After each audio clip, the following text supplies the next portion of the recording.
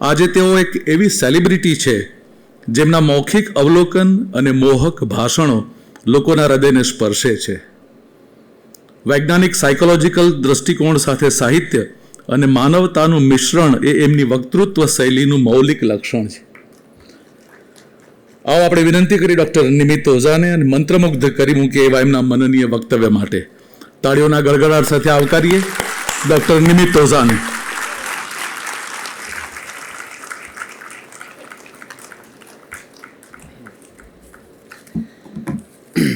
હું તો ટાઈમર જ મૂકી દઉં છું.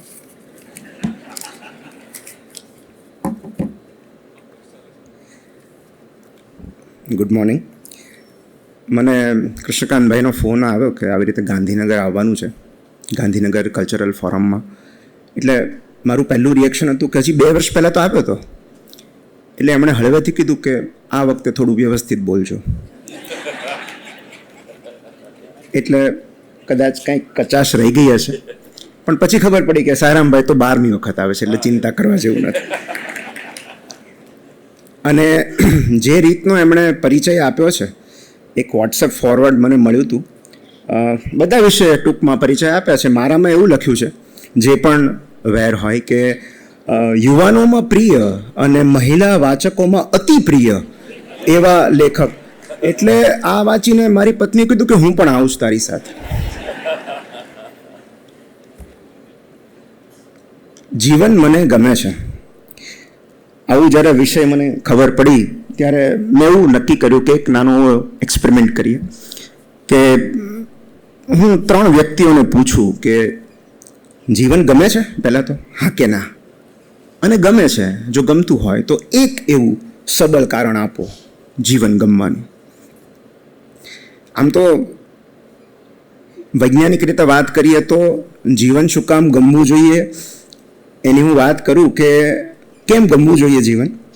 કારણ કે 2 કરોડમાંથી 1 શુક્રાણુ 15 થી 20 મિલિયન સ્પર્મ્સમાંથી 1 સ્પર્મ ઓવમને ફર્ટિલાઇઝ કરે છે, અને એ એમ્બ્રિયો જ્યારે મોટો થાય છે એ આપણો જન્મ થાય છે.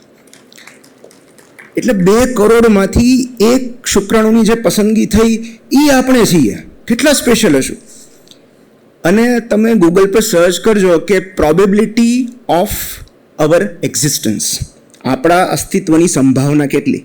કારણ કે આ તો મમ્મી પપ્પાની સંભાવના થઈ, પછી દાદાની જોઈએ, પરદાદાની જોઈએ, એટલે કેટલા બધા સ્પર્મ થયા હશે ત્યારે આપણે આવ્યા છું ને.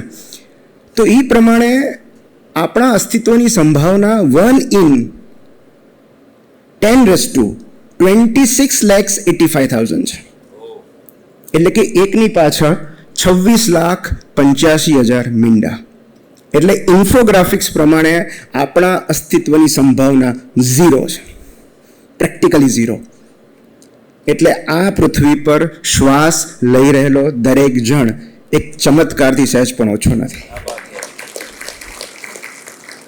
We are the textbook definition of a miracle. અને છતાં સાંઈરામભાઈ નવાઈ લાગે છે કેટલાકને જોઈને કે 2 કરોડમાંથી આ જ શુક્રાણુ છે જે પસંદગી પામ્યો હતો.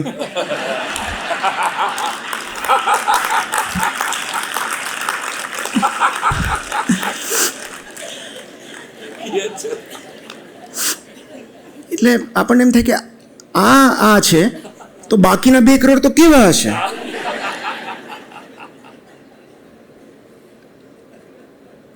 એટલે જીવન જીવવાના 2 રસ્તા છે, 2 દ્રષ્ટિકોણ છે. એક એવું માનીને ચાલો કે કશું જ ચમત્કાર નથી, એને તમે નિહિલિસ્ટ કહો, એથિસ્ટ કહો, નાસ્તિક કહો, કે કશું જ ચમત્કાર નથી. જે કોઈ પણ એમના માટે જીવન થોડું અઘરું હોય છે. અને બીજો એવો દ્રષ્ટિકોણ છે કે બધું જ ચમત્કાર છે. તો આ ચમત્કારની વચ્ચે આપણે જીવીએ છીએ, ચમત્કાર થઈને જીવીએ છીએ અને ચમત્કાર અનુભવીએ છીએ. તો મેં 3 વ્યક્તિઓને એવું પૂછ્યું કે ભાઈ જીવન ગમે છે, હા કે ના. એમાં પહેલાં મેં બહુ રેન્ડમ વ્યક્તિઓને પૂછ્યું. પહેલાં મેં મારા ડ્રાઈવરને પૂછ્યું કે જીવન ગમે છે. એટલે એને પૂછ્યું કેમ બહુ રફ ચલાવું છું. કારણ કે એ પહેલાં એણે જે રીતે ઓવરટેક કર્યો, મારે એને કેવું પડ્યું હતું કે ભાઈ મને જીવન ગમે છે. મેં કીધું ના તમે જવાબ આપો ને. મને કે હા ગમે છે ને. મેં કીધું કેમ ગમે છે, એક જ કારણ આપો, સબળ કારણ. થોડું વિચારી એણે કહ્યું કે આવતા વર્ષે છોકરાના લગ્ન લીધા છે, હોલ બુકિંગ થઈ ગયું છે, બધી તૈયારીઓ શરૂ થઈ ગઈ છે, 2 વર્ષ પહેલાં તૂટી ગયું હતું, પણ આ તો નવું છે. ફેર ઇનફ, આવતા વર્ષે છોકરાના લગ્ન છે, તો જીવન ગમવા માટેનું એક સબળ કારણ છે. બીજું, મેં મારા એક સિંધી પેશન્ટ છે એમને પૂછ્યું, જીવન ગમે છે? હવે કોઈ ડૉક્ટર આવું પૂછે ને એટલે દર્દીના ધ્રાસકો પડે. મને કે કેમ, રિપોર્ટમાં કાંઈ આવ્યું છે એવું? મેં કીધું ના, આમને પૂછું છું. મને કે ગમે જ ને. મેં કીધું એક સબળ કારણ આપો. મને કે ધંધો કેવો જોરમાં ચાલે છે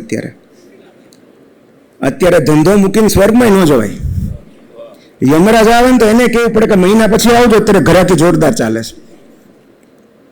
એટલે એને એની પ્રવૃત્તિ ગમે છે, એનું કામ ગમે છે. ફેર ઇનફ. પછી મને થયું કે હું મારી જાતને પૂછું, જીવન ગમે છે અને શું કામ ગમે છે? તો અંદરથી જવાબ આવ્યો, બહુ જ ગમે છે.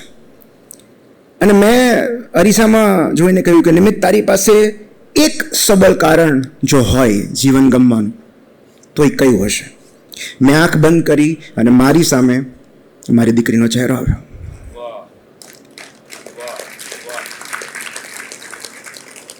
તો જીવનમાં કેટલીક ક્ષણો એવી હોય છે કે જ્યારે તમને ઈશ્વરને ગળે લગાડીને થેન્ક યુ કહેવાનું મન થાય. જે દિવસે મેં જે ક્ષણે મેં મારી દીકરીને મારા હાથમાં પહેલી વાર લીધી હતી, ત્યારે મને એ ધન્યતા, ભવ્યતા, દિવ્યતા બધું જ એક સાથે અનુભવાઈ ગયું. અને હું જ્યારે એનો ચહેરો જોઉં છું, જ્યારે એની સાથે વાત કરું છું, મને દરેક વખતે ઈશ્વર પરની શ્રદ્ધા વધુ મજબૂત થતી જાય છે. તો મને એવું સમજાયું છે કે જીવન ગમવાના 3 સ્તંભ છે: something to do, someone two love and something to hope four.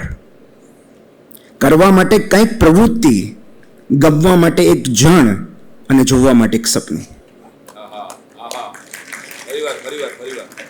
Something to do, someone two love and something to hope four. આ ત્રણેય હું સમજાવું. પહેલું છે સમથિંગ ટુ ડુ, કરવા માટે કંઈક પ્રવૃત્તિ જોઈએ. કેમ? કારણ કે એક રશિયન લેખક છે ફ્યોદોર દોસ્તોવ્સ્કી, એમનું એક અદ્ભુત વિધાન છે જે મને બહુ જ ગમે છે કે એક માણસને બરબાદ કરી નાખવા માટે બીજું કશું જ કરવાની જરૂર નથી. બસ એના મનમાં એ માન્યતા ઠસાવી દો કે જે કામ એ કરી રહ્યો છે એ નિરર્થક અને બિનજરૂરી છે, એના કામની સમાજને જરૂર નથી, એના કામથી કશો જ ફેર નથી પડવાનો, એનો આપોઆપ વિનાશ થઈ જશે. તો જ્યારે આપણે કોઈ અર્થસભર, વ્યક્તિ ઉપયોગી કે સમાજ ઉપયોગી પ્રવૃત્તિથી અળગા થઈ જઈએ છીએ, આપણે જીવનમાં રસ ગુમાવી દઈએ છીએ. એક બહુ સરસ પુસ્તક છે ડિપ્રેશન ઉપર, લોસ્ટ કનેક્શન, જોહાન હેરીનું, જેમાં એમણે 9 પરિબળોની ચર્ચા કરી છે જે પરિબળો સાથે સંપર્ક તૂટવાથી આપણે ઉદાસીમાં સરી પડીએ છીએ. અને આમાં પહેલું પરિબળ છે ડિસ્કનેક્શન વિથ મિનિંગફુલ વર્ક.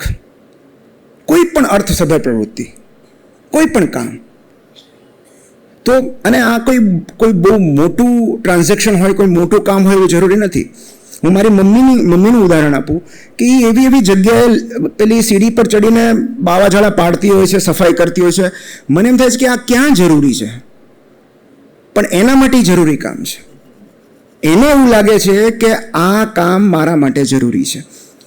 તો જે કામથી તમને એવું લાગે છે કે કંઈક બદલાવ આવે છે, કંઈક પરિવર્તન આવે છે, એ સમાજમાં હોય, કુટુંબમાં હોય, વ્યક્તિમાં હોય કે જાતમાં હોય, એ દરેક કામ આપણા માટે અર્થસભર છે. એ કોઈ પણ કામ હોઈ શકે. તો પહેલું છે સમથિંગ ટુ ડુ. એક સુખી અને સંતોષકારક જીવન માટે એ માન્યતા બહુ જરૂરી છે કે હું જે કામ કરી રહ્યો છું એ મહત્વનું છે.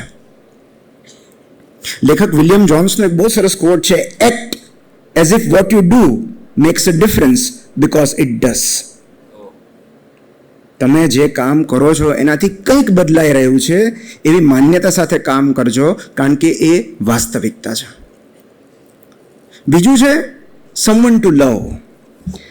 તો એક અમેરિકન કવિ છે, સુભાષભાઈએ સરસ કવિતાની વાત કરી, રેમન્ડ કાર્વર કરીને. રેમન્ડ કાર્વરના અંતિમ પુસ્તકની અંતિમ કવિતા ફક્ત 4 લીટીની કવિતા, જે કવિતા લેટ ફ્રેગમેન્ટ તરીકે ઓળખાય છે. મને આ કવિતા એટલા માટે ગમે છે કારણ કે એમને કેન્સરનું નિદાન થયું પછી એમણે એમનું છેલ્લું પુસ્તક લખવાની શરૂઆત કરી, a new path to the waterfall. અને એ પુસ્તકની છેલ્લી કવિતા એટલે લેટ ફ્રેગમેન્ટ. અને એ કવિતા આજે પણ રેમન્ડ કાર્વરની કબર પર કોતરાયેલી છે. 4 જ લાઇનમાં એમણે જીવનની ફિલોસોફી આપી છે અને એ કવિતા પ્રશ્નોત્તરીના ફોર્મમાં છે. એટલે પહેલી લાઇનમાં એ પ્રશ્ન પૂછે છે અને પોતે જ એનો જવાબ આપે છે. તો એ કવિતાનો મેં ભાવાનુવાદ કર્યો છે. પહેલી લાઇન એવી છે કે છેવટે જીવન પાસેથી જે માંગ્યું હતું એ બધું તમને મળી ગયું. જાતને પ્રશ્ન પૂછે છે. બીજી લીટીમાં પોતે જ જવાબ આપે છે, હા મળી ગયું. ત્રીજી લીટીમાં પૂછે છે અને શું માંગ્યું હતું જીવન પાસેથી, અને ચોથી લીટીમાં એ જવાબ આપે છે, આ પૃથ્વી પર સ્વના પ્રિય બનવાની અને અન્યના પ્રિય હોવાની અનુભૂતિ. ડિઝાયર ટુ બી લવ્ડ. અને આખા જગતના નહીં, કોઈ એક વ્યક્તિના. આ પૃથ્વી પર રહેલા કરોડો અબજો જીવોમાંથી કોઈ એકને આપણી જરૂર છે. એ અનુભૂતિ જ આ ભવસાગર ઓળંગવા માટે પર્યાપ્ત છે.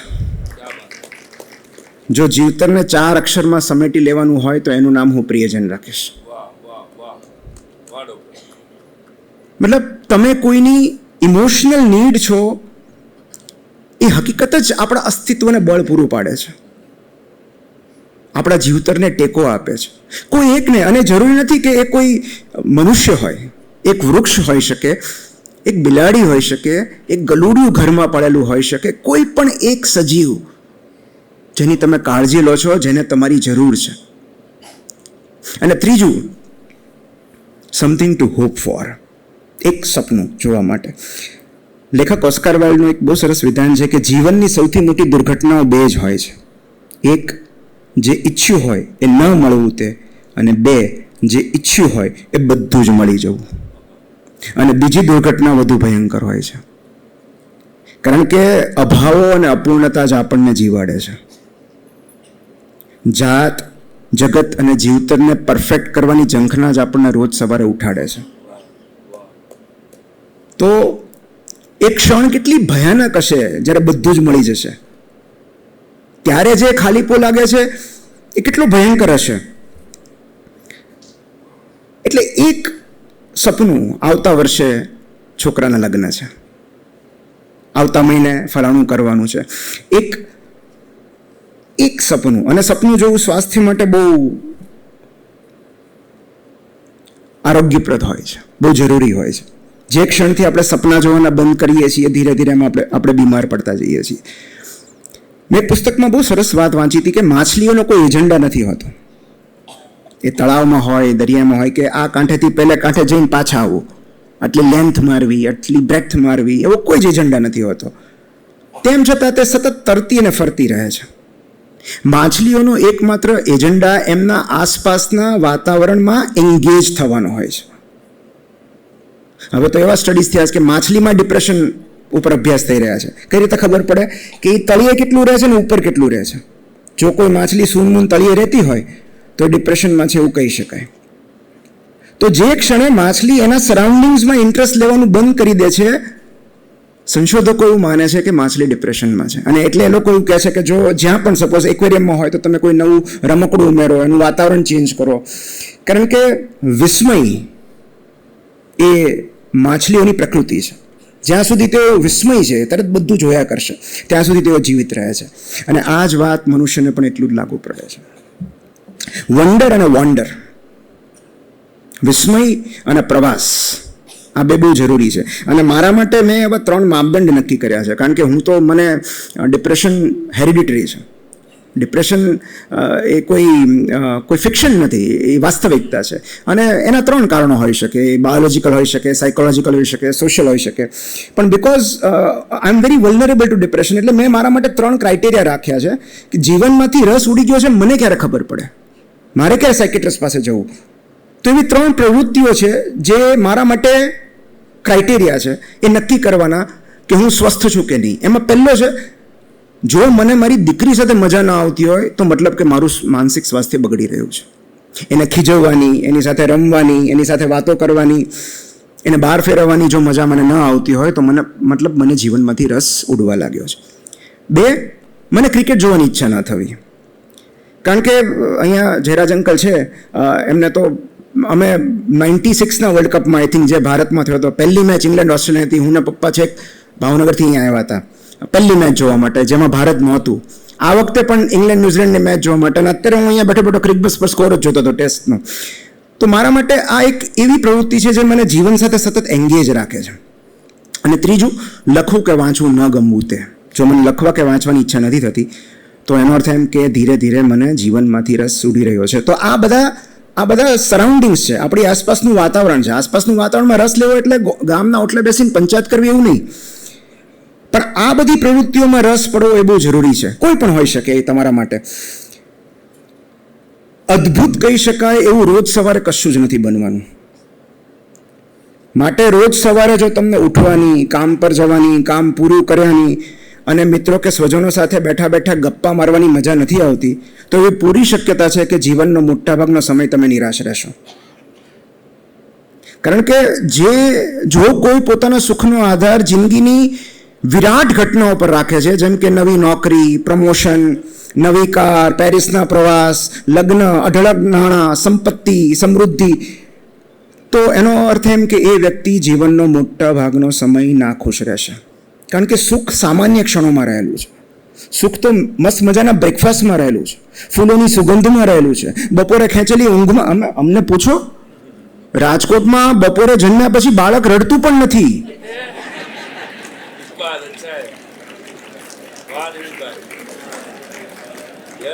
બપોરની ઊંઘનું મહત્વ અમને પૂછો. કામ પછી મારેલી ચાની ચુસ્કીમાં રહેલું છે. તો જીવનનો અપ્રતિમ આનંદ સાધારણ અને સામાન્ય લાગતી ક્ષણોમાં જ રહેલો હોય છે. અસાધારણ ક્ષણોનો પીછો કરવામાં ક્યારેક કેટલા આપણે બધા વ્યસ્ત થઈ જઈએ છીએ કે સાધારણ ક્ષણમાં રહેલા આનંદને ચૂકી જઈએ છીએ. અને તમે જુઓ, રોજ સવારે ઉઠવાનું, એના ચહેરા જોવાના, કામ પર જવાનું, ત્યાં એના એ જ ચહેરા. આવી સૂક્ષ્મ, કંટાળાજનક અને અનઇવન્ટફુલ લાગતી ક્ષણો જ આપણા જીવનની વાર્તા બનાવે છે. આપણું મોટાભાગનું જીવન ઘટના વિનાનું હોય છે. ન તો કોઈ હીરોની પોસ્ટર ફાડીને એન્ટ્રી થાય છે, ન તો કોઈ હિરોઈન ટકરાય છે, ન તો બેકગ્રાઉન્ડમાં વાગતું મ્યુઝિક, ન તો કોઈ શાનદાર ડાયલોગ્સ. આપણી મોટાભાગની સ્ક્રિપ્ટ આવી બોરિંગ જ હોય છે. તો જે આ સામાન્ય અને શુષ્ક લાગતી ક્ષણોમાં સુખ શોધી શકે છે, એમને જીવન મળે છે. સો અને સામાન્ય ક્ષણોમાં આપણને રસ કેમ નથી પડતો? આપણને કેમ અત્યારે આ પ્રશ્ન થાય છે કે ખરેખર જીવન ગમે છે કે નહીં, કેમ આપણે રાખવું પડે છે આ વિષય? તો એના 4 કારણો છે. અત્યારે વર્તમાનના સંજોગોને જો હું જોઉં તો મને એના 4 મુખ્ય કારણો જવાબદાર લાગે છે. પહેલું છે ઓવર એમ્બિશન, વધુ પડતી મહત્વાકાંક્ષા. મતલબ આપણે ઈચ્છેલા સમયે આપણે ધારેલું પરિણામ ન મળે તો આપણે નિરાશ થઈ જઈએ છીએ. ઓવર એમ્બિશનનું એક નાનું ઉદાહરણ તમને આપું કે એક 60sમાં પહોંચેલું એક કપલ પોતાની 40મી એનિવર્સરી ઉજવી રહ્યું હતું એક સરસ મજાની હોટલમાં. અને જે અંકલ હતા એ 63 વર્ષના હતા અને જે આંટી હતા એ 62 વર્ષના હતા. બંને પોતાની 40મી એનિવર્સરી સેલિબ્રેટ કરી રહ્યા હતા અને એવો પ્રેમ બંને વચ્ચે. એટલે પરી પ્રસન્ન થઈ. પરી આવીને કહ્યું કે તમારો પ્રેમ જોઈને હું પ્રસન્નતા વ્યક્ત કરું છું અને તમે કશુંક માગો, હું તમને વરદાન આપવા માંગુ છું. તમે એક ઈચ્છા વ્યક્ત કરો ને એ તરત પૂરી કરવામાં આવશે. આંટીએ કહ્યું કે મારે વિશ્વ પ્રવાસ કરવો છે આમની સાથે. પરીએ કહ્યું કે ગ્રાન્ટેડ. તરત વિશ્વ પ્રવાસની 2 ટિકિટ આવી ગઈ. પછી અંકલને પૂછ્યું ને અંકલે શરમાતા કહ્યું કે મારે મારાથી 30 વર્ષ યુવાન મહિલા સાથે ડેટ પર જવું છે. પરીએ કહ્યું ગ્રાન્ટેડ અને અંકલની ઉંમર 93 વર્ષની થઈ ગઈ.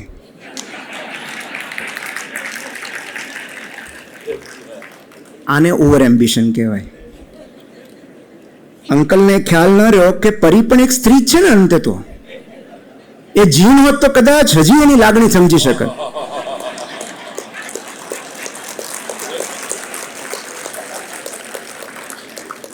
એટલે આ ઓવર એમ્બિશન છે. તમે આવા ધોરણો રાખો તો દુઃખી જ થાવ ને.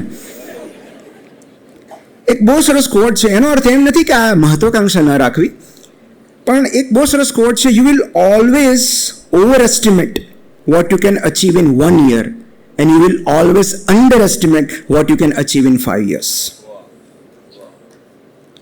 તો સપના જુઓ, મહત્વાકાંક્ષા રાખો, પણ જાતને થોડો સમય તો આપો. બીજું છે ઇન્સ્ટન્ટ ગ્રેટિફિકેશન, તાત્કાલિક પરિણામ મેળવવાની ઝંખના. અને હવે તો આપણે એટલા બધા અધીરા થઈ ગયા છીએ કે બ્લુ ટિક થયાના 10 મિનિટમાં જવાબ ના આવે તો ડિપ્રેશનમાં સરી પડીએ છીએ. પહેલાના સમયમાં પેલા નોકિયાના મોબાઈલ હતા તો મેસેજ કરીને આપણે કેટલી રાહ જોતા, 3 કલાક 4 કલાક. એ પહેલાં કાગળ લખીને અઠવાડિયું રાહ જોતા. તો ધીરે ધીરે આ જે ગ્રેટિફિકેશન છે, જે આનંદ છે, એ આપણને તાત્કાલિક જોઈએ છે કે ઇન્સ્ટામાં ફોટો મૂક્યો ને તરત લાઇક્સ આવી ગઈ. તો આપણે ક્યારેક કશુંક મેળવવા માટે એટલા બધા ડેસ્પરેટ થઈ જઈએ છીએ. એ ગમતી નોકરી હોય, કોઈ તક હોય, સફળતા હોય, ગમતું પાત્ર હોય, આપણા દરેકમાં એક સેન્સ ઓફ અર્જન્સી રહેલી છે. આપણે તાત્કાલિક મેળવી લેવું છે. અને ધીમે ધીમે આપણને સમજાય છે કે life is not an emergency. જિંદગી એ એમ્બ્યુલન્સમાં આવેલી કોઈ ગંભીર અવસ્થા નથી જેની તાત્કાલિક સારવાર કરવી પડે. એક બહુ સરસ કહેવત છે જે બહુ મોડેથી સમજાય છે કે walk slowly and you will go far. જેટલું નિરાતે જીવી શકાય એટલું દૂર સુધી જઈ શકાય. સો કશું જ મેળવવાની ઉતાવળ ન કરો. ત્રીજું છે કમ્પેરિઝન. મતલબ પહેલા કેવું કે આપણી સરખામણી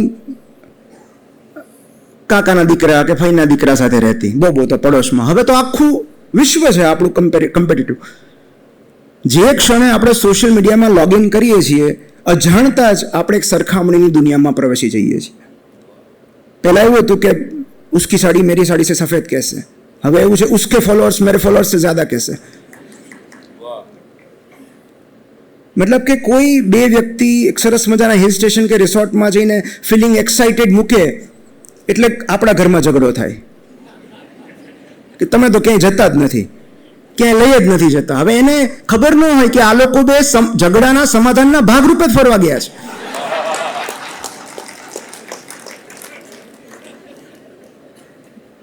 કોઈ પોતાની નવી ગાડીનો ફોટો મૂકે એટલે આપણી કાર આપણને જૂની લાગવા માંડે. તો આ સરખામણી હવે સરળ બની ગઈ છે.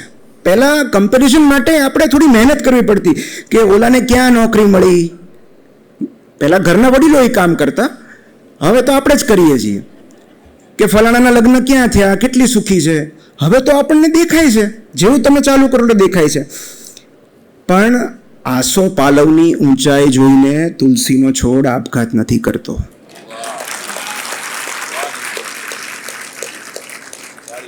ગુલાબની સુંદરતા જોઈને મોગરો લઘુતા નથી અનુભવતો. હાથીનું બળ જોઈને ખિસકોલીને ડિપ્રેશન નથી આવતું. કારણ કે આ પ્રકૃતિએ સર્જેલા દરેક સજીવની એક અનન્ય અને અજોડ વિશેષતા છે. દરેકના સંજોગો અલગ છે, દરેકના રસ્તા અલગ છે, દરેકનું વાતાવરણ અલગ છે, અને એથી વિશેષ દરેકના ઉદ્દેશ્ય અલગ છે. અને ધારો કે કોઈ જ ઉદ્દેશ્ય ન હોય તેમ છતાં આપણે બધા એટલા જ સ્પેશિયલ છીએ જેટલા કે આબમાં રહેલા તારા. બાકી 2 કરોડમાંથી આપણી પસંદગી જ ન થઈ હોય. અને ચોથું જે છે, જે સૌથી અત્યારે ભયાનક છે, એ છે માહિતીનો અતિરેક, ઇન્ફોર્મેશન ઓવરડોઝ. તમે જુઓ, પહેલાં આપણે કોઈક એક છાપું વાંચે, વધીને 2 છાપું વાંચે, સમાચારની ન્યૂઝ ચેનલ જોવે, એ પણ સમાચાર થોડીક સમય આવતા. હવે તમે સવારથી રાત સુધી સ્ક્રોલ કરતાં કરતાં થાકી જશો પણ માહિતી નહીં ખૂટે. આપણું મન આટલી બધી માહિતી ગ્રહણ કરવા માટે બનેલું જ નથી. We are not prepared to take so much of information. કેટલી બધી માહિતી મળે છે. મતલબ કયો ક્રિકેટર કઈ બ્રાન્ડ એન્ડોર્સ કરે છે એ જાણીને મારે શું, કોની સાથે લગ્ન થયા, કોનું બ્રેકઅપ થયું એ જાણીને મારે શું, મારા જીવનમાં શું ફેર પડવાનો છે કે અનુષ્કા શર્મા વિરાટ કોહલીએ બાબાને જન્મ આપ્યો કે બેબીને જન્મ આપ્યો, મારી લાઈફમાં શું ફેર પડવાનો. કેટલી બધી માહિતી. અને આ તો હું બહુ હળવા દ્રષ્ટાંતો આપું છું. ગંભીર તો તમે સ્ક્રોલ કરતા જશો તમને ખબર પડશે કે કેવા રીલ્સ આવતા હોય છે. તો આજના સમયમાં અધોગતિ કરવી એટલી મુશ્કેલ છે જ નહીં. તમે કોઈ વ્યક્તિને સ્માર્ટફોન આપી દો અને એની આસપાસથી ધીમે ધીમે કલા, સંગીત, સાહિત્ય, પુસ્તકો, પ્રવાસ અને રમતગમત હટાવી દો, એ આપોઆપ નાશ પામશે.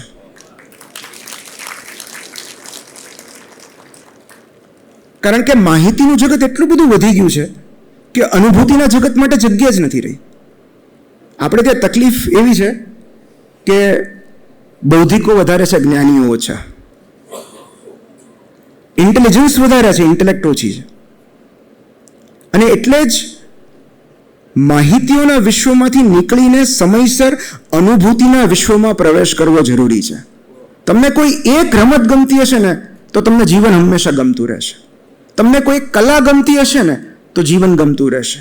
તમને સંગીત ગમતું હશે તો જીવન ગમતું રહેશે. તમને પ્રવાસ ગમતો હશે તો જીવન ગમતું રહેશે. કારણ કે આ બધી અનુભૂતિ છે. Life is experience. અનુભવવા માટે આપણે આવ્યા છીએ ને, અનુભૂતિ કરવા માટે. એક મારા બહુ મને ગમતા બ્લોગર છે ડેન પિયર્સ, એમનું બહુ જ સરસ વિધાન છે આ બધાનો એન્ટીડોટ, આ ચારે જે મેં કીધું કે કેટલાક લોકો વિશ્વની જટિલ સમસ્યાઓ ઉકેલી રહ્યા છે, કેટલાક લોકો વિરાટ ઉપલબ્ધિઓ મેળવી રહ્યા છે, કેટલાક લોકો વિરાટ લક્ષ્યનો પીછો કરી રહ્યા છે, અને હું અહીંયા એ વાતથી રાજી છું કે 3 દિવસથી ખોવાઈ ગયેલું મારું એક મોજું આજે મને કબાટમાં મારા બે અંડરગાર્મેન્ટ વચ્ચેથી જડ્યું.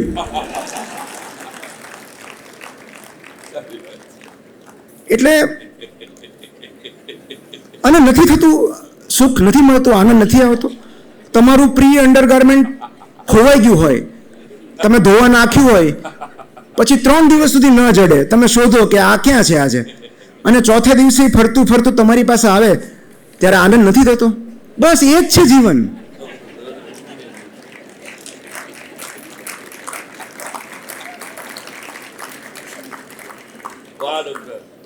એ કોઈ વિરાટ ઉપલબ્ધિને આધીન નથી. તમારા પ્રિય કપડાં તમને ઘરમાં જડી જાય એ જ બહુ મોટી ઉપલબ્ધિ છે. હું તો કહું છું, તમે બેલેન્સ ગુમાવ્યા વગર ટ્રાઉઝર, લેગિંગ્સ કે જીન્સ પહેરી શકો ને તો પણ એ સફળતા જ છે.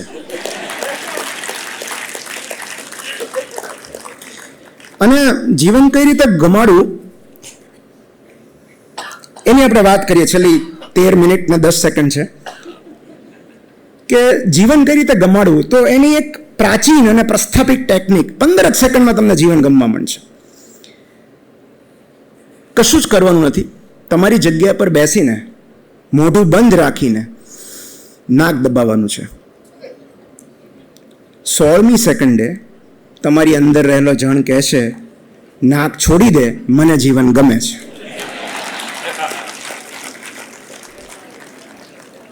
કારણ કે સુભાષભાઈએ કહ્યું ને, મોટા ભાગના પ્રશ્નો મનના હોય છે, જીવનના નહીં. બીમાર ચિત્તની, બીમાર મનની સજા ક્યારેક આપણે સ્વસ્થ જીવનને આપતા હોઈએ છીએ. જો મન સાથે મૈત્રી કરી લઈએ તો જીવન ગમતું જ રહેવાનું છે. અને જીવન ન ગમવાનું મુખ્ય કારણ હું એક જ વાક્યમાં આપું કે આપણી પાસે જે છે એની અવગણના કરીને આપણી પાસે જે નથી એની ઝંખના કરશો તો જીવન નહીં ગમે. આપણને જે આપ્યું છે, ઈશ્વરે જે આપ્યું છે એનો આભાર, અને જે નથી આપ્યું એનો સ્વીકાર કરીએ તો જીવન ગમતું રહેવાનું છે.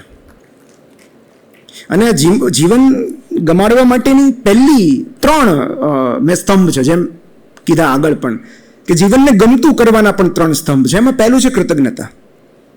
એક કેન્સર પેશન્ટની ડાયરી છે કે ધારો કે કોઈ પેશન્ટને કેન્સરનું નિદાન થાય તો ઈશ્વરનો આભાર શું કામ માને. તો એક પુસ્તક છે ગેટિંગ બેક ટુ હેપી. એમાં એક મહિલાએ આ ગ્રેટિટ્યુડ જર્નલમાં લખ્યું છે કે અત્યારે હું એક હોસ્પિટલમાં દાખલ છું અને મારા ખાટલા પર બેઠી બેઠી મારા ઓપરેશનની રાહ જોઈ રહ્યો છું. મારા બંને સ્તનમાં કેન્સરની ગાંઠ છે ને થોડા સમય પછી ઓપરેશન દ્વારા મારા બંને સ્તન કાઢી નાખવામાં આવશે. તેમ છતાં અત્યારે મને એવી વિચિત્ર લાગણી થઈ રહી છે કે હું બહુ ભાગ્યશાળી છું. જ્યારે અમે વાંચ્યું ત્યારે મને બહુ નવાઈ લાગી હતી કે જેને કેન્સરનું નિદાન થયું છે એ શું કામ ગ્રેટિટ્યુડ એક્સપ્રેસ કરે. પણ એનું કારણ એમણે બીજા ફકરામાં લખ્યું છે કે મારું અત્યાર સુધીનું જીવન એકદમ સ્વસ્થ અને તંદુરસ્ત રહ્યું છે. મને ક્યારેય કોઈ સ્વાસ્થ્ય સંબંધિત સમસ્યાઓ નડી નથી. જીવનના 58 વર્ષ મેં હેમખેમ પૂરા કરી નાખ્યા. પણ એક વાત કહું, મારા રૂમની તદ્દન બાજુમાં એક પીડિયાટ્રિક વોર્ડ છે. ત્યાં એવા અસંખ્ય બાળકો દાખલ છે જેઓ ગંભીર બીમારીથી પીડાતા હોય, જેમને વ્હીલચેર કે સ્ટ્રેચર પર લઈ જવામાં આવે, જેમને નાકમાં નળી હોય, પેટમાં નળી હોય, જેઓ અસહ્ય પીડાને કારણે કણસતા હોય. આમાંથી એક પણ દર્દીની ઉંમર 17થી વધારે નહીં હોય. ઈશ્વરે છેક 58 વર્ષ સુધી મને સારી રાખી, એ માટે મને અત્યારે કૃતજ્ઞતાની લાગણી અનુભવાય છે. સો જીવનના કોઈ પણ કપરા સંજોગોમાં જે દરેક લોકો કહેતા હોય છે, કાઉન્ટ યોર બ્લેસિંગ્સ. એક માં કડકડતી ઠંડીમાં પોતાના 2 દીકરાઓને, ગરીબ માં હતી, એમને ઠંડી ન લાગે એટલે છાપા ઓઢાડીને સુવડાવતી હતી. બ્લેન્કેટ તો ન હોય, છાપા પાથરી દીધા, અને છાપા ઉડી ન જાય એટલે એના ઉપર ઘાસ નાખી દીધું કે બેને થોડું ગરમાવો રહે. અને ત્યારે એ જે નાનો ભાઈ હતો એણે મોટાને પૂછ્યું કે હે ભાઈ, જેમની પાસે છાપા અને ઘાસ નહીં હોય એમની કેટલી ખરાબ હાલત થતી હશે. તો એક બહુ સરસ પ્રસંગ છે નાનો એવો, કે જોસેફ હેલર અને કર્ટ વોનેગટ, અમેરિકાના 2 બહુ મહાન લેખકો, એક ફાર્મ હાઉસમાં ભેગા થઈ ગયા એક પાર્ટીમાં, અને બંને સાઈડમાં ઊભા હતા એક ખૂણામાં. અને ત્યારે જોસેફ હેલરની મશ્કરી કરવા માટે કર્ટ વોનેગટે પૂછ્યું કે તને ખબર છે કે આ પાર્ટીના યજમાન કેટલું કમાય છે? એટલે હેલરે કહ્યું કે ના. તો કે તારા અત્યાર સુધીના જેટલા પુસ્તકો વેચાયા છે એની કુલ કિંમત, રોયલ્ટી જવા દે, એનું જે કુલ વેચાણ કિંમત છે એના કરતાં 10 ગણી વધારે રકમ આ પાર્ટીના યજમાન એક દિવસમાં કમાય છે. એટલે હેલરે બહુ જ સુંદર જવાબ આપ્યો કે હા, પણ મારી પાસે કશું કેવું છે જે એમની પાસે ક્યારેય નહીં હોય. એટલે વોનેગટે પૂછ્યું કે એવું તો શું છે? હેલરે કહ્યું કે મારી પાસે સમજણ છે કે મારી પાસે જેટલું છે એ પર્યાપ્ત છે. તો એક ડબલ એક્સેલ ફિલ્મનો એક બહુ સરસ ડાયલોગ છે, જબ તક दूसरों के दुख से मुलाकात नहीं होती अपना दुख ही हमको अल्टीमेट लगता है. એટલે જ્યારે પણ જીવન ન ગમે ને ત્યારે કોઈક એવા વ્યક્તિઓને મળજો કે જે તમારા કરતાં વધારે દુઃખી હોય. એના 2 ફાયદા થશે. એક તો એમનું દુઃખ સાંભળીને આપણને એમ થશે કે આપણું જીવન તો ઘણું સારું છે, અને એમનું દુઃખ શેર કરીને એમને થોડી હળવાશ અનુભવાશે. કારણ કે અન્યનું દુઃખ આપણને કૃતજ્ઞ બનવાની તક આપે છે, અને આપણું દુઃખ આપણને વિનમ્ર બનવાની તક આપે છે. છેલ્લી 2 વાત જે મારે કરવી છે કે સપોઝ એક આદ્ય શાંતિ કરીને સ્પિરિચ્યુઅલ લીડર છે, એમણે કહ્યું છે કે સુખી થવાનો એક જ રસ્તો છે કે આ ક્ષણમાં જે કંઈ તમારી માંગણી છે એનો ત્યાગ કરી દો. આ ક્ષણમાં જે કંઈ માંગણી છે એનો ત્યાગ કરી દો. You are fine, you are happy. તો પછી પ્રશ્ન એવો થાય કે આગલી ક્ષણનું શું કરવાનું? એનો ડર, એની ચિંતા, એની અસલામતી, એનું શું કરવાનું? તો કોઈ બસનો ડ્રાઈવર સાવ અજાણ્યો હોવા છતાં એના પર ભરોસો મૂકીને આપણે બસમાં નિરાતે ઊંઘી જઈએ છીએ. કોઈ ફ્લાઇટના કેપ્ટનને બિલકુલ પરિચય ન હોવા છતાં આપણે ફ્લાઇટમાં બેસીએ છીએ. કોઈ શિપના કેપ્ટનને ઓળખતા ન હોવા છતાં ડૂબી જવાના ડર વગર આપણે વાહનમાં બેસીએ છીએ. તો જો કોઈ અપરિચિત બસના ડ્રાઈવર, પાયલટ કે કેપ્ટન પર ભરોસો રાખીને આપણે મુસાફરી કરતા હોઈએ તો આપણા પ્રિય, પરિચિત અને પાવરફુલ એવા શ્રી કૃષ્ણમાં ભરોસો રાખીને નિશ્ચિંત કેમ નથી થઈ જતા? ટૂંકી મુસાફરી દરમિયાન જેટલો ભરોસો આપણે આ વ્યક્તિઓમાં કરીએ છીએ એટલો જ ભરોસો આપણને આપણા જીવનરથના સારથી પર હોવો જોઈએ. તો વધુ પડતા ડર, ચિંતા અને અસલામતીનું મુખ્ય કારણ બ્રહ્માંડ સાથેનું ડિસ્કનેક્શન છે. જ્યારે આપણે આપણી જાતને વધુ પડતું મહત્વ આપીએ છીએ, ઇલ્યુઝન ઓફ કંટ્રોલ, કે બધું આપણા કંટ્રોલમાં છે, બધી પરિસ્થિતિ આપણા કંટ્રોલમાં છે, આપણી આસપાસનું વાતાવરણ, એમાં રહેતા લોકો, એમનું રિએક્શન બધું જ આપણા કંટ્રોલમાં છે. જ્યારે આપણે આવું માનવા લાગીએ છીએ ત્યારે આપણે દુઃખી થઈએ છીએ. સો એક બહુ સરસ પુસ્તક છે, યુનિવર્સ હેઝ યોર બેક. આ બ્રહ્માંડ તમારી સાથે છે. અને મારે તો પુસ્તકનો ઉલ્લેખ કરવો હોય આમ તો અપ્રસ્તુત છે, કારણ કે આપણે તો એવી સંસ્કૃતિમાંથી આવીએ છીએ જ્યાં ભગવાને બાળપણમાં મોઢું ખોલીને બતાવી દીધું હતું કે બ્રહ્માંડ આપણી અંદર છે. આપણે એ જ એનર્જીમાંથી બનેલા છીએ, તો શેનો ડર? તો એક બહુ સરસ કોટ છે કે always doubt your doubt before you doubt your faith. તમારી શ્રદ્ધા પર શંકા કરતા પહેલા તમારી શંકા પર શંકા કરજો. અને જીવન ગમાડવાનો છેલ્લો ઉપાય, છેલ્લી 5 મિનિટ અને 50 સેકન્ડ બાકી છે. એક બહુ સરસ પુસ્તક છે at home in the world. એક ટીક નાટ હાન કરીને એક સ્પિરિચ્યુઅલ લીડર છે, એમણે એક સરસ પ્રસંગ લખ્યો છે કે વિયેટનામ અને અમેરિકા વચ્ચેનું યુદ્ધ થયું અને ત્યારે અમેરિકાના લશ્કરમાં જે સૈનિક હતા એ નિવૃત્ત સૈનિક હતા. એ એકવાર ગુરુજી પાસે આવ્યા અને એમણે કહ્યું કે હવે તો હું નિવૃત્ત છું, પણ હું જ્યારે લશ્કરમાં હતો ત્યારે મારાથી એક ભયંકર પાપ થઈ ગયું છે. અમારા કેટલાક સાથી સૈનિકો યુદ્ધમાં માર્યા ગયા હતા અને એ શહીદોનો બદલો લેવા માટે મેં 5 નિર્દોષ બાળકોને મારી નાખ્યા દુશ્મન દેશના, એટલે કે વિયેતનામના 5 નિર્દોષ બાળકોને મેં મારી નાખ્યા મારા સાથી સૈનિકોની શહાદતનો બદલો લેવા માટે. મેં એમને, એ લોકો રમતા હતા ઝાડ નીચે, અને મેં એમને એક ઝેર ભેળવેલી સેન્ડવિચ ખવડાવી દીધી. અને એટલું જ નહીં, એ બાળકો પીડાતા એમના મા બાપના ખોળામાં દમ ન તોડે ત્યાં સુધી એક ઝાડની પાછળ ઊભો રહીને આ દ્રશ્ય હું જોતો રહ્યો. હું અમેરિકા ગયો પછી આ દ્રશ્ય મને સુવા નહોતું દેતું. મને જીવન પ્રત્યે તિરસ્કાર થવા લાગ્યો, મને આત્મહત્યાના વિચારો આવવા લાગ્યા. મેં મારી વૃદ્ધ માને કહ્યું તો માએ એવું કહ્યું કે everything is fair in love and war, પણ હું મારી જાતને માફ નથી કરી શકતો. તમે મને ઉપાય સૂચવો, મને આમાંથી મુક્તિ અપાવો. હવે ટીક નાટ હાન પોતે વિયેતનામના, અને ત્યારે એમણે બહુ જ સુંદર જવાબ આપ્યો કે હા, એ વાત સાચી કે તમે પાપ કર્યું છે, તમે ભૂતકાળને નહીં બદલી શકો, તમે 5 નિર્દોષ બાળકોની હત્યા કરી છે એ વાત સાચી, પણ જો તમે 5ની હત્યા કરી હોય તો હવે 50નો જીવ બચાવો. અને ત્યાર પછી એ નિવૃત્ત સૈનિકે પોતાનું બાકીનું આખું જીવન કુપોષિત, ગરીબ અને બીમાર બાળકોની સેવામાં વિતાવી દીધું અને એમણે કેટલાયના જીવ બચાવ્યા. તો કહેવાનો અર્થ એ છે કે મને જીવન ગમે છે એનો એક અર્થ એવો પણ થાય કે મને અન્યનું જીવન પણ ગમે છે, અને અન્યના જખમો પર મલમ લગાડીએ તો અને ત્યારે જ સ્વના જોખમો રૂજાય છે. કોઈ એક જીવની આપણે કાળજી લઈએ છીએ, કોઈ એક જીવની કાળજી, ત્યારે આપણી અંદર રહેલું પણ કશુંક રૂજાય છે. અને છેલ્લે હું એવું કહીશ કે અળસિયા હોય ને, અળસિયા એકદમ સરળ, સૌથી સાદા સજીવો જેને કહેવાય, તો અળસિયા પર સૌથી વધારે અભ્યાસ કર્યો ડાર્વિને, ચાર્લ્સ ડાર્વિને. પોતાના 70-75 વર્ષની રાત્રે નીકળી પડતા. તો અળસિયા એક એવા જાદુઈ છે કે એ લોકો જે ડેડ મટીરિયલ્સ હોય, એટલે ખરી પડેલા પર્ણો હોય, જે મૂળિયા મૃત્યુ પામેલા હોય, એ બધું ખાઈ જાય, અને એનું જે એક્સક્રીટા છે અળસિયાનું, એ ફર્ટિલાઇઝર તરીકેનું કામ કરે, એટલે એ જમીનની ફળદ્રુપતા વધારે. અને અળસિયાને કારણે વૃક્ષો વધારે સારી રીતે એના મૂળિયા અંદર જઈ શકે. તમે વિચાર કરો કે વૃક્ષ માટે, જમીન માટે, જમીનની ફળદ્રુપતા માટે જેમણે અળસિયાનું સર્જન કર્યું છે, એણે મારા તમારા માટે નહીં વિચાર્યું હોય?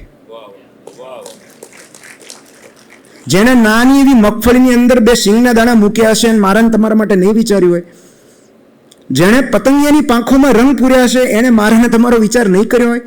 આપણા માટે કંઈક પ્લાન્સ હશે. અને છેલ્લે 5 તબક્કા હોય, 5 અવસ્થા જીવનની. 2 મિનિટ બાકી છે. તમે કઈ અવસ્થામાં છો મને નથી ખબર, પણ પહેલી એક એવી અવસ્થા કે જીવન ગમે છે એટલું જ નહીં, જીવનના પ્રેમમાં છીએ. અમારા કાઠિયાવાડમાં કે જીવન ઓહો છે, કઈ દુઃખ જ નથી, કશું જ નથી. જો એ અવસ્થા હોય તો એના જેવું ઉત્તમ કશું નથી. પણ બહુ ઓછા લોકો એ અવસ્થા સુધી પહોંચી શકે છે કે જ્યાં એમના જીવનમાં દુઃખ હોતા નથી એવું નથી, પણ એ દુઃખને અવગણના કરે છે. એમની સામે જે જીવન રહેલું છે એના પરિપ્રેક્ષ્યમાં એ દુઃખ તો બહુ નજીવું લાગે છે. બીજું જે છે કે જીવન ગમે છે, જીવનમાં દુઃખ છે, તકલીફો છે, સમસ્યાઓ છે, પણ એ બધાની હાજરી હોવા છતાં જીવન ગમે છે અને જીવવું છે, જેમાં આપણે મોટાભાગના લોકો આવીએ છીએ કે તકલીફો તો છે પણ જીવન ગમે છે. ત્રીજું છે જીવન ગમતું નથી છતાં જીવવું છે, કારણ કે એક જવાબદારી છે. દીકરીના લગ્ન કરવાના છે, ભાઈને સેટલ કરવાનો છે, કોઈની સાર સંભાળ રાખવાની છે, મમ્મી પપ્પાની કાળજી લેવાની છે.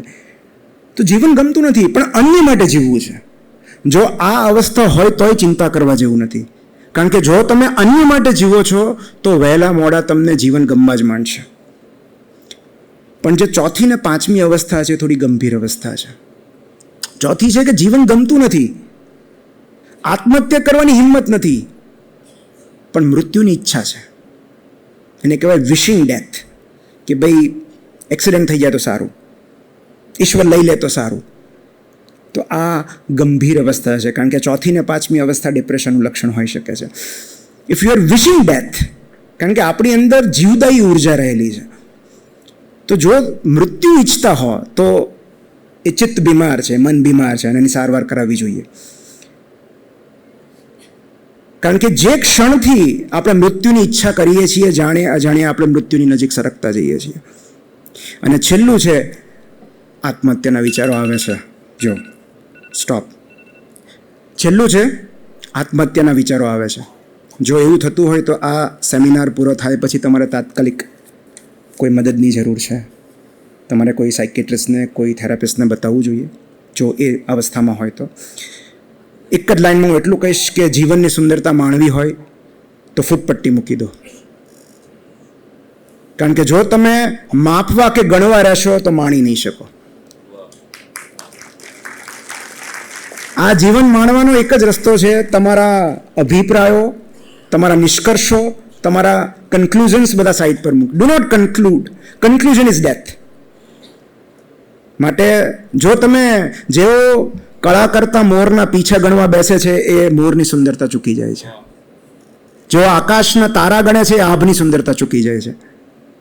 માટે મિનિટો કલાકોમાં જીવનને બદલે જો આપણે ક્ષણોમાં જીવી શકીએ તો કદાચ જીવનને વધારે વહાલું કરી શકીએ. Thank you so much.